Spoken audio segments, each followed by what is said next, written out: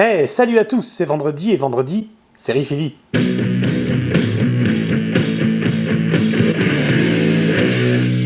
Ah, le métal, ces groupes de lycéens qui répètent dans le garage de leurs parents, qui se font découvrir par un petit label du coin et qui, comme ça, à la force du poignet, se construisent album après album, un succès les amenant vers... Bah non, Ghost c'est pas ça. Ghost est un groupe suédois qui apparaît en 2008 sur MySpace, tu le sens le coup de vieux là, et qui propose une musique envoûtante sur 3 titres, entre métal satanico-kitsch et heavy rock grand guignol. Et puis ce nom, simple, efficace, Ghost. Un chanteur déguisé en pape et des musiciens encapuchonnés, nommés les Nameless Ghouls. Le mystère, le concept en or massif. Il faut dire que la musique de Ghost est totalement dans l'air du temps. En cette fin des années 2000, le rétro-rock bat son plein. Des tonnes de groupes jouent la carte du riff 70s et de la production analogique. Wolf Mother fait du bruit, The Sword tourne avec Metallica et finit même sur le jeu vidéo Rock Band, Radio Moscou fait une percée mainstream. Mais dans le métal, le groupe qui met tout le monde d'accord s'appelle Witchcraft. Leur premier album sort en 2004 chez Rise Above Records et aura de retombées notables, pas forcément en termes de vente, mais pour l'histoire. Par exemple, c'est cet album que Phil Anselmo avait sous le bras quand il s'est rabiboché avec Pepper Keenan et qu'ils ont remis Down sur les rails.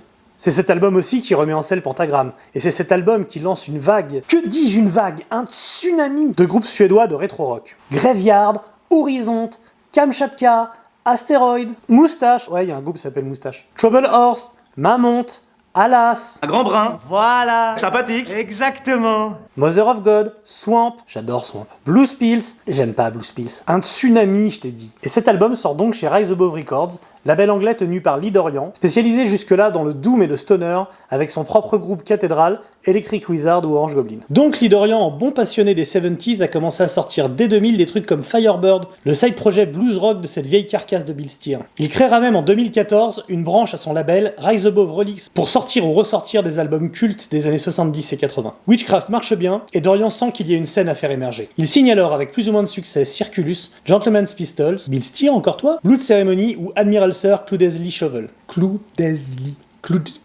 Admiral Sir, quoi. Entre 2004 et 2014, Rise Above a une décennie en or massif, et est, à mes yeux et pour beaucoup, le meilleur label du monde à ce moment-là. En 2010, Rise Above signe 2 gros coups. Uncle Acid et The Deadbeats, un groupe anglais d'acid rock, et Ghost. Ghost attire immédiatement le public de niche doom et black metal. Avec son décorum, son parfum de mystère et ses paroles ouvertement occultes, il y a de quoi faire frémir un barbu jusqu'au dernier pins de sa veste à patch. Ouais, parce qu'il y a des pins sur une vraie veste à patch. Dès les premières apparitions publiques du groupe, que ce soit au Hammer of Doom, au Maryland Death Fest, au Sweden Rock, au Roadburn ou plus proche de nous, au Hellfest, le public est encore de niche mais enthousiaste et compact. À l'époque, Ghost étoffait son set d'une reprise d'Here Come the Sun des Beatles et son impact était saisissant. Je me souviens au Hellfest 2011, où Ghost avait remplacé au pied levé Beethoven, les spéculations étaient délirantes. Les rumeurs disaient qu'il y avait Phil Anselmo caché derrière une Nameless Ghoul et on a passé le concert à regarder s'il y avait des tatouages qui dépassaient des manches sur les avant-bras. Bref, c'est le succès.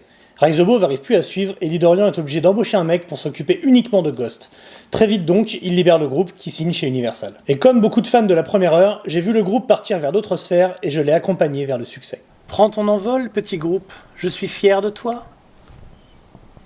Jamais de la vie un métalleux fait ça quand le groupe qu'il aime change de dimension. Ce groupe c'est des vendus de toute façon, passer la première démo c'est de la merde. Et pour moi, c'est à ce moment précis que la magie Ghost s'est rompue. On a fini par savoir qui se cachait derrière le masque de Papa Emeritus déjà. Alors, c'est qui papa? Bah c'est Tobias Forge. Qui ça? Bah ouais voilà, c'est aussi un peu ça le problème. Et vous savez comment on l'a su? À cause d'un procès. Rock'n'roll. Ouais, ça aussi c'est pas ouf. À partir de là, me concernant, Ghost n'a fait que m'apporter du malaise. À l'image de leur show, donné au Hellfest en 2016 en tête d'affiche juste avant Black Sabbath. Non vraiment, j'ai une pensée émue pour les mecs du Hellfest à qui Ghost avait vendu un spécial show et qui simplement se retrouvaient à faire monter les gosses de la chorale de Clisson sur scène pendant que Papa Emeritus et des nonnes appelées Sister Sin distribuaient des capotes au public. Et bien sûr, ils n'ont pas joué un morceau d'Opus Eponymus, le Calice jusqu'à la lie. Et que vous dire sur leur second album, Infestis Humam? À tes souhaits. Ou sur Meliora. C'est des albums que je qualifierais de... Bah vas-y, assume ce que tu penses, dis-leur que c'est de la merde. Honnêtement, c'est difficilement écoutable. C'est le problème avec les Suédois. Toujours au début, ils tapatent avec des trucs occultes, avec des super influences Blue Oyster Cult ou Candlemas sur les bords, et il leur suffit d'une nomination au Grammy pour que tout le monde se mette à faire de Europe, avec des riffs de Ravi de la Crèche et des refrains que même Kiss aurait pas validé.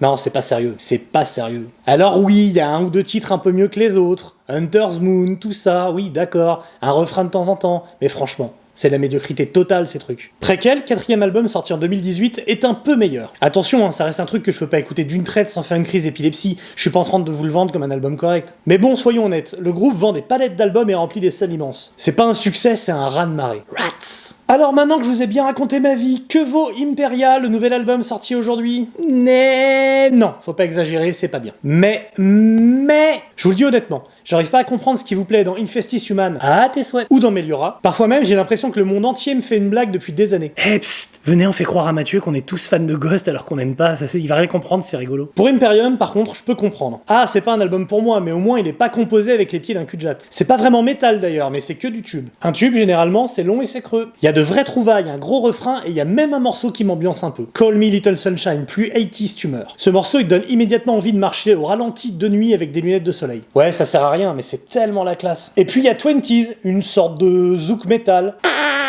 Mais bon, il y a des gens qui trouvent qu'Amaranthe c'est bien, alors pourquoi pas? Imperium, c'est la foire à la saucisse, le genre de truc à te faire passer Sabaton pour un groupe introspectif. C'est vraiment pas bien, mais c'est pas infâme. Et puis allez, encore 2-3 albums, et avec un peu de chance, Tobias Forge, il va faire un retour en arrière, revenir au rétro-rock, et puis ça va être cool. Bah quoi? Petit... Il nous avait pas dit la semaine dernière qu'il allait nous parler d'un bon album, le Doom Dad, là? Ouais, ok, j'avoue, je vous l'ai fait à l'envers. Alors voilà, pour ceux qui sont restés jusqu'au bout, je vais maintenant vous parler du vrai bon album de la semaine. Il s'appelle Close, et c'est un album du groupe Mesa. Je t'en parle en 3 secondes. Mesa, c'est un groupe de doom sophistiqué qui s'inscrit pas mal dans les mouvances actuelles entre Devil's Blood et Jack Stott, enfin assez proche de Jack Stott d'ailleurs. Mais le groupe a quelque chose en plus, quelque chose de classieux. T'as dit jazzy dans ta dernière chronique. Ouais voilà, jazzy. Vous noterez le Y à jazzy, jazzy. Ça fait pare-feu face aux grincheux qui vont dire « Ouais, c'est pas du jazz ». Après 2 albums très touchants, Belfry et Fist for Water, on sent que Mesa a peaufiné sa recette. C'est un album qui parle du fait d'être coupé des siens. Ça part du confinement, du fait de ne pas pouvoir visiter sa famille, et l'idée de façon quasiment philosophique est étirée au déracinement, aux vagues migratoires. Le groupe d'ailleurs, avec le clip de sa chanson Pilgrim, établit un lien entre le Ekbang et le Nakt, une danse traditionnelle bédouine pratiquée par les femmes dont les mouvements de nuque rappellent en effet le headbang. Bref, c'est beau, c'est fort, c'est raffiné et c'est fortement conseillé. Allez, je vous mets en description le lien vers ma chronique de Close sur Desert Rock, vous trouverez aussi un lien pour acheter l'album. La version collector Gold est semble-t-il un peu sold out partout mais disponible à la Fnac. N'hésitez pas à mettre en commentaire pourquoi vous aimez Ghost, honnêtement j'aimerais comprendre, j'essaye de comprendre, je veux vous comprendre. Je vous ai compris! Et je comprends pas. Et je vous dis à la semaine prochaine avec un album qui ce coup-ci sera... Non, en fait, j'ai toujours pas choisi quel album je parlerai la semaine prochaine, donc j'en sais rien. Si j'avais reproduit Opus Eponymus à l'infini, vous viendriez aujourd'hui me voir jouer au Trabendo. Bah ouais.